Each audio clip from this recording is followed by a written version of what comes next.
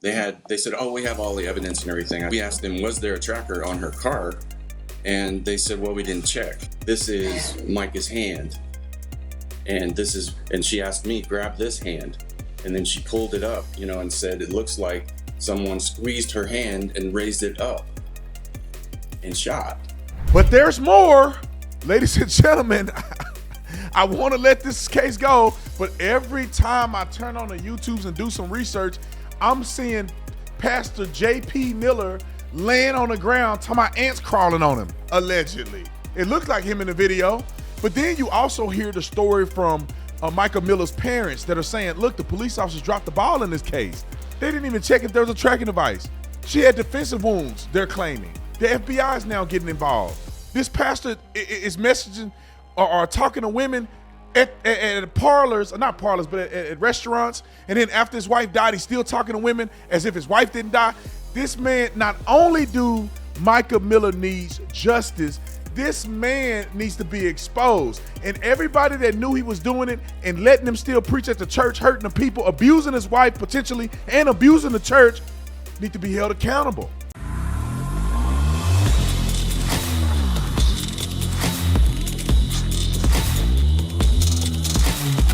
This video is brought to you by pdsdebt.com/Tatum, pdsdebt.com/Tatum. PDS Debt has customized options for people who are struggling with debt, whether it's personal debt, credit card debt, collections, or medical bills. There's a lot of options to consolidate the debt in one easy payment. Everyone with $10,000 or more of eligible debt qualifies, and there is no minimum credit score required. Bad or fair credit is accepted. Save thousands in interest and fees. Pay off your debt in a fraction of the time. PDS Debt provides options that consolidate your debt into one low payment.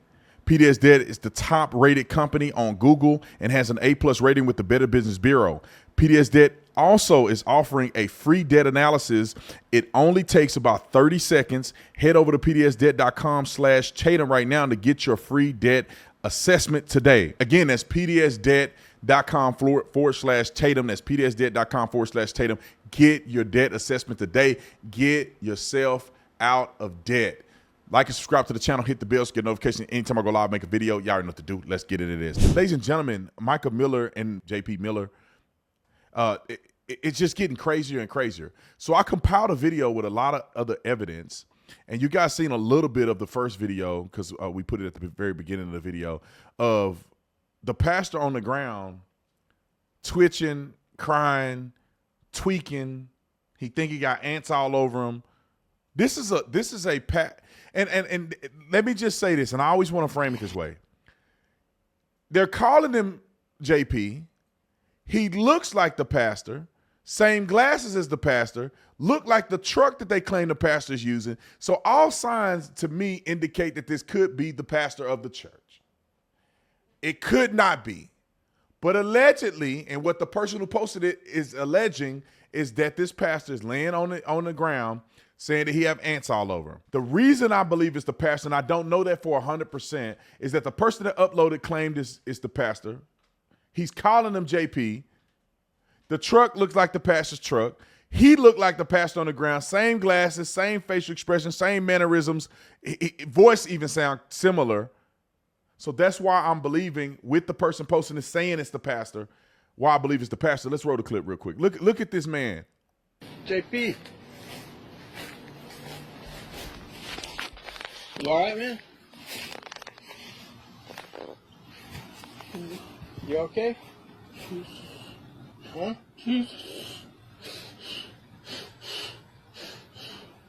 You okay? What's the matter? Huh?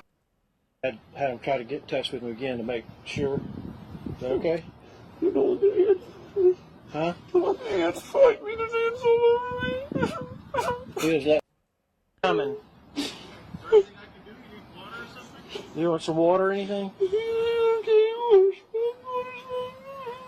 You want some water? Yeah, he said okay if you got a little bottle of water.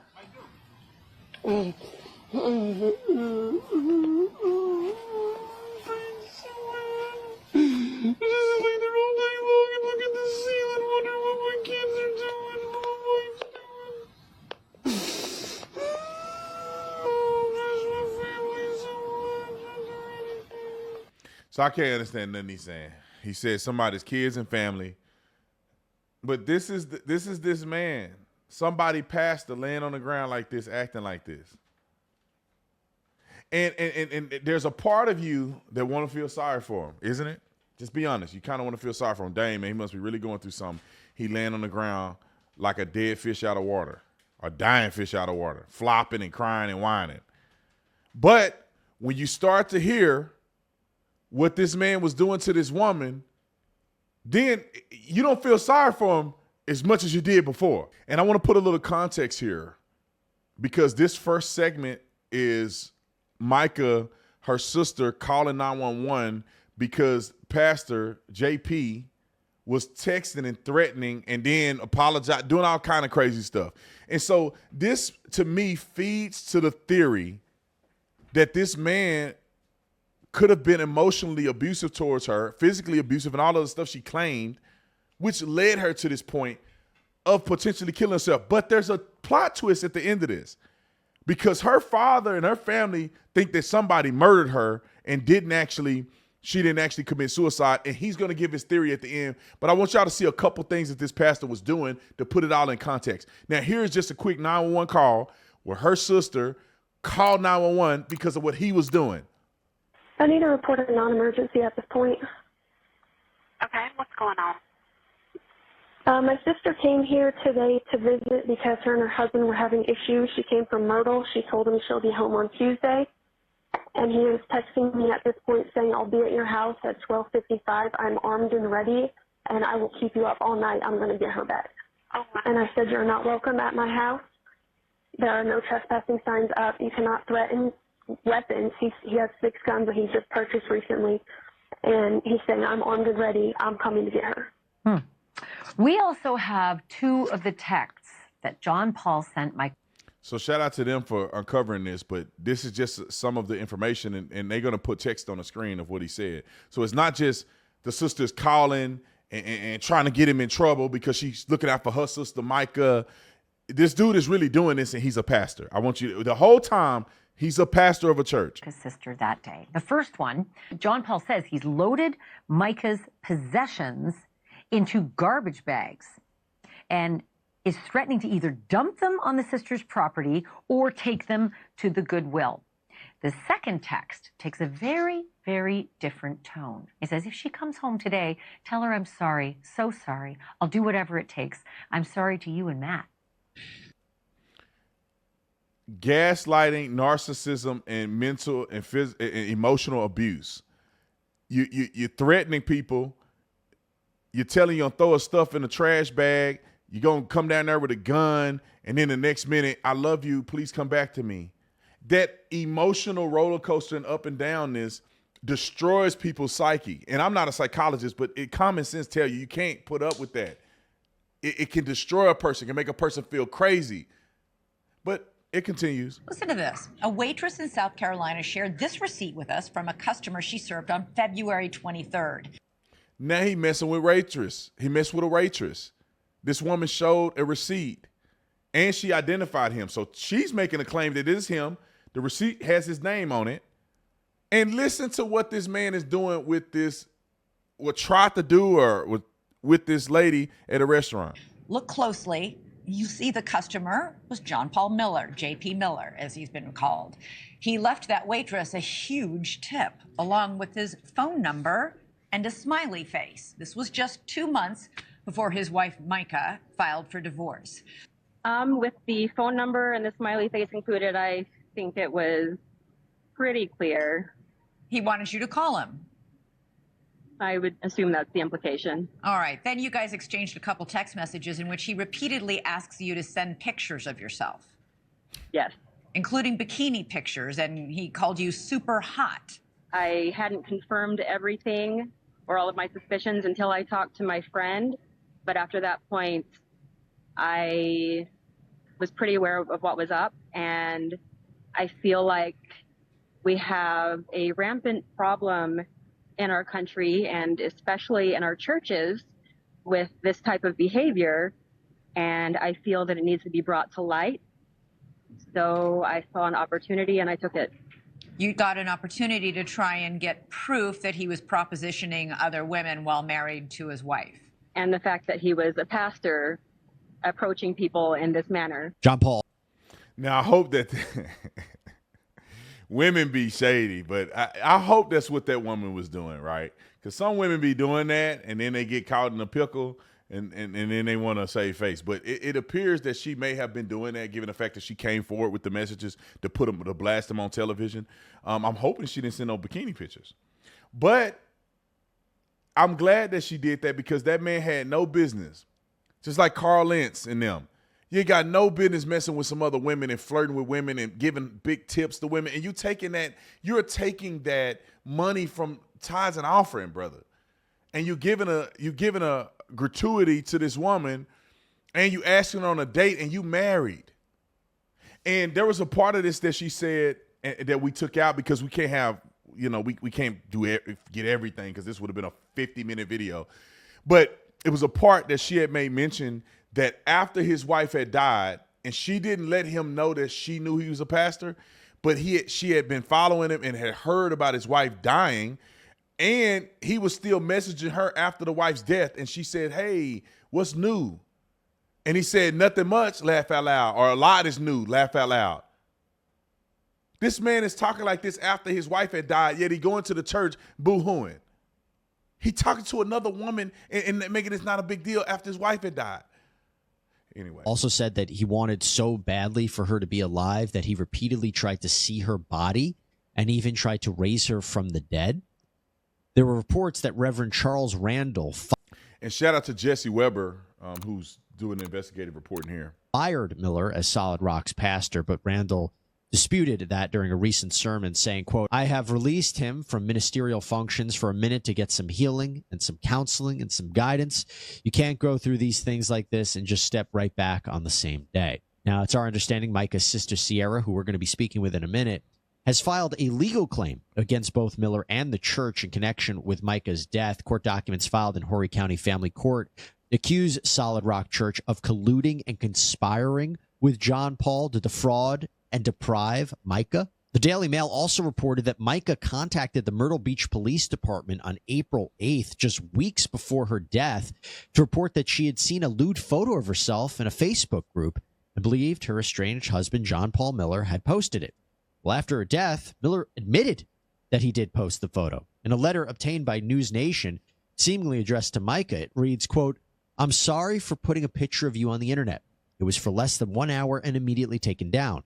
I was hurt that you were telling everyone horrible, intimate details of my past sin, and I just wanted to try and hurt you. Please forgive me. It was evil of me to do that." Now, let me say this.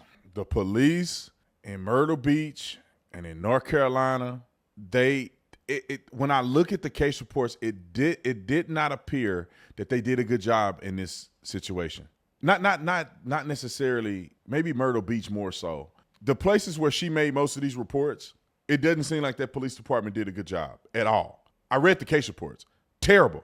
And somebody called in on my radio show and said, "Hey, man, some departments write a public-facing case report and a private case report that goes to, used in investigations." That's the craziest thing I ever heard in my life. I think police departments should be barred from doing that. You need to write the full case report. You don't give half-truths to the public and then you have another one back here somewhere that the public can't get. That doesn't make sense. That's not conducive. None of that is fair. You make a case report, you write all the details, you redact what the public can't see because it's being investigated. There's a law. When you make a FOIA request, the Freedom of Information Act, that means that that public servants and all of this stuff is public record. They have to disclose it to you unless it's a part of an ongoing investigation, which they have to designate and redact. They were terrible case reports. She mentioned many times that he was stalking her, that he had put tracking devices on her car. It doesn't matter that they're married. A cop needs to document what she's saying in her fears, even if she's delusional. Because you know what? When somebody kills her or when she kills herself, you cover your butt that you were documenting right, wrong, or indifferent. These cops weren't documenting anything. I showed the case reports on the last one. We came here, we showed up, the complainant told us this, we took the tracking device for evidence. What Where did you find the tracking device at? How large was the tracking device? What was the brand of the tracking device? Put the serial number in the text. What is she saying happened to the tracking device? When did she notice the tracking device was put on the car? When was it not on the car? When was it put on the car? When did she notice it? You need to put a timeline together, because at some point later on down the road, JP may get in trouble somewhere, and you'll say, yeah, he left the church at this time and claimed he was going to lunch. They gave him plenty enough time to come over here and do a tracking device. Or you say he put a tracking device on, he left for lunch, he bought the tracking device here. They can go through his bank records and see, oh, he bought 3 tracking devices. What were the brand of those tracking devices? Well, you write him in the case report as a quality police officer, and then you will be able to disseminate that information at a later date if something tragic happens. They dropped the ball, man. I think they dropped the ball. I think they didn't take her seriously. It's just another case with a married couple, or they taking up for the man because he's a pastor. I don't know what they did. It appears that they did not do a good job. Mica had also reported back in March that she found a tracking device on her car at least twice, and said that John Paul had her involuntarily committed to a hospital and stole her car while she was gone. Now, in a statement, John Paul Miller's lawyer, Russell Long, said, quote, "It has come to light that Mica Miller struggled with mental illness, specifically bipolar disorder, which when not properly managed led to paranoid episodes and self-destructive behavior. Some reports made by her in the recent past are nonsensical." He also added that a ruling... And I will say this, in order for you to be involuntarily committed to a hospital, generically speaking, you have to actually have physical things that you do and also confirmed actions. You can't just tell a person, I'm involuntarily, right? Voluntarily is different. Involuntarily committed means that you are committed against your will. It means that a police officer can come to your house and physically detain you and make you go to the hospital, strap you on a bed and make you go to the hospital, and they hold you down. And if you're too irate, they'll give you a shot. That is involuntarily committed. You have to show evidence that the person is a danger to themselves or others in order to be involuntarily committed. That means that there have to be clear, concise messaging, either text messages, phone calls, or something that you can play to a judge or somebody who's going to petition her that shows she's clearly a danger to herself. A self-admission could be one. If you're on outpatient treatment and you're not following outpatient treatment, you can be involuntarily committed, which if you know that means that you're already on a plan and you're not taking your medication, which is harmful to you. According to what the doctor had already established, you can be involuntarily committed. So there could be something there, right? It's not just completely manipulation and involuntary commitment. Of suicide by law enforcement completely exonerates Pastor Miller of any wrongdoing. So the theory would be that because she had multiple tracking devices put on her car previously, that she was followed out to where we don't go up there. It's not a family spot. Some reports. Here, let me stop real quick. We jumped for a second, but this is the father's explanation of why he think that she wasn't murdered. And this is important to note. This is why the father thinks she wasn't murdered. And if what he's saying is true, they may have somewhat of a significant case. And that may be why the FBI is involved. Made by her in the recent past are nonsensical. He also added that a ruling of suicide by law enforcement completely exonerates Pastor Miller of any wrongdoing. So the theory would be this that is her dad. Because she had multiple tracking devices put on her car previously, that she was followed out to the park or forced to go out to the park, and they either follow her out there or there's no reason for her to go out there. That's the main point as well. She's never been out there. We don't go up there. It's not a family spot. And she was off the trail enough into a park ranger only area that nobody knows about. And so the theory would be that she was either tracked, and then they said, well, we didn't find a tracking device. Well, they could have removed it at the park. When the car was at the park and then it was collected by the authorities, they didn't check for a tracker, which blew my mind. They said, oh, we have all the evidence and everything. We asked them, was there a tracker on her car? And they said, well, we didn't check. And we were flabbergasted. This happened over and over during that interview. Why didn't you check that? We know that there was 3 or 4 trackers put on her vehicles. Why wouldn't you check to see if she was followed? They said, oh, there's no cameras, but we know she wasn't followed. Her car is just out here. And I said, well, there's no trackers. They said no tracker.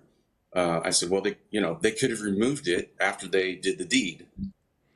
And this is exactly why I told y'all from the very beginning that the police officers need to write thorough case reports and be incredibly descriptive. Because now, just say they found a tracking device on a car. They have no idea what the nature of the tracking device had been in the past. They have very minimal idea.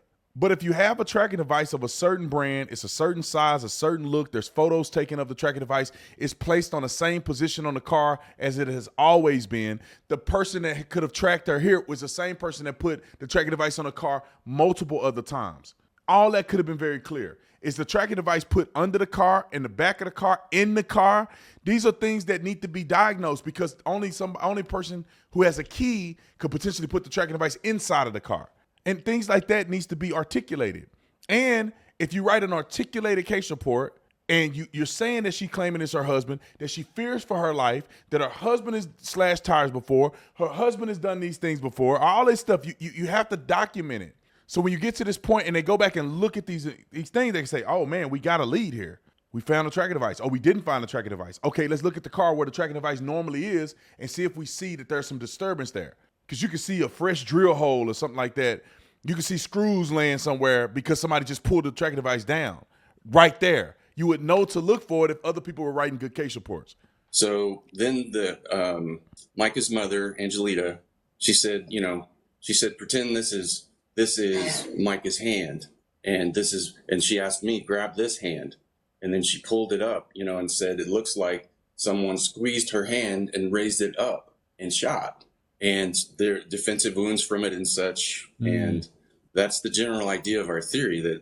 So his theory is that, and there's a lot more to it, but this video, I probably should play more on the video. I had my guy edit it. I might as well play the whole thing. But his theory simply boils down to him thinking that somebody took her against her will potentially or met her there, meaning they tracked her there, met her there, and then assaulted her. Or they, at gunpoint or some coercion, they forced her there, took her into the woods and shot. And what they did was they held her hand and they forced it so it looks like a suicide, right? They squeezed her hand.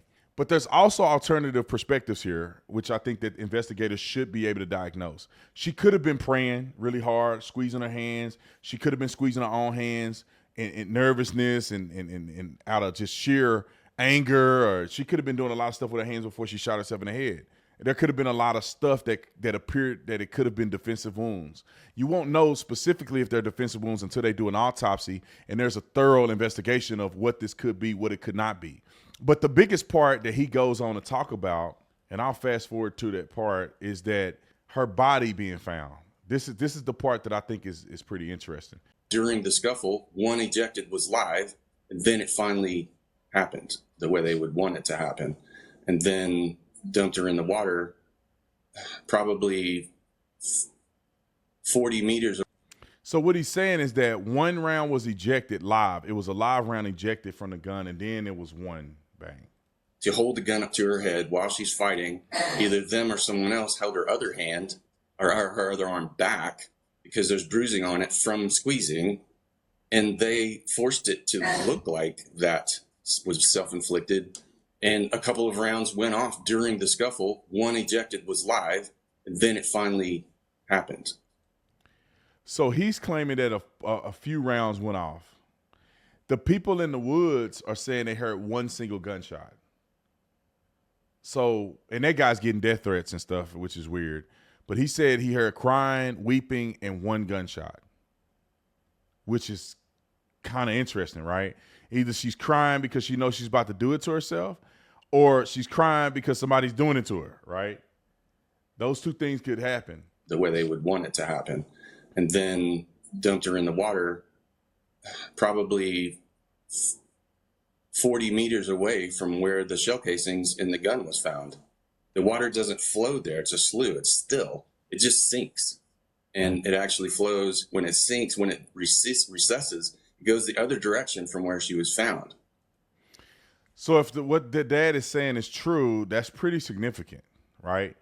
40 feet or so away from meters. I think he said 40 meters. I can't remember if he said feet or meters. I kind of missed it.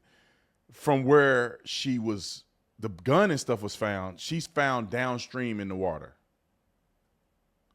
And he's saying that the water is still, it doesn't flow. So she shouldn't have been washed downstream. And then when it recedes, meaning that if the water at some point recedes, it'll recede in the opposite direction that she was in. Which is if what he's saying is true, is definitely something you need to investigate. So her body, even if it was put in the water right there, would not have flowed the direction where she was found. It would flow the other way. So it would be possible that the incident occurred right there, and the shell casings, and then the gun was dumped in the water right there, and then she was carried farther 40 meters back into a little bit more secluded area where she was found. The main argument, and it's being put forward by Mr. Miller, and I think that's enough. I mean, the sister goes on and she have her articulated perspective. It's a long and drawn out process. It may be some things that I missed. The FBI is now involved. I mean, I want to see this thing through. For those of you who follow me that know who I am, I want to see this thing through because I'm curious if they have done something to this young lady, that either he got her killed, either he killed her, or she killed herself because he had coerced her into doing it. I want all of his dirty deeds to be exposed because somebody is now dead because of his actions. And then I want to know who all knew about how he was towards this young lady, who he may have been grooming since she was 15. I want to know. And I'm going to keep doing investigations, and I'm going to keep looking into this stuff. And I may reach out to the family at some point, or anybody that knows, they can hit me up and go to my website and send me an email that if you got some information that you want to get out. Because this is just, ever since that man said what he said after that sermon, I knew someone right. And we're going to find out. I'll see y'all on the next one. I'm out.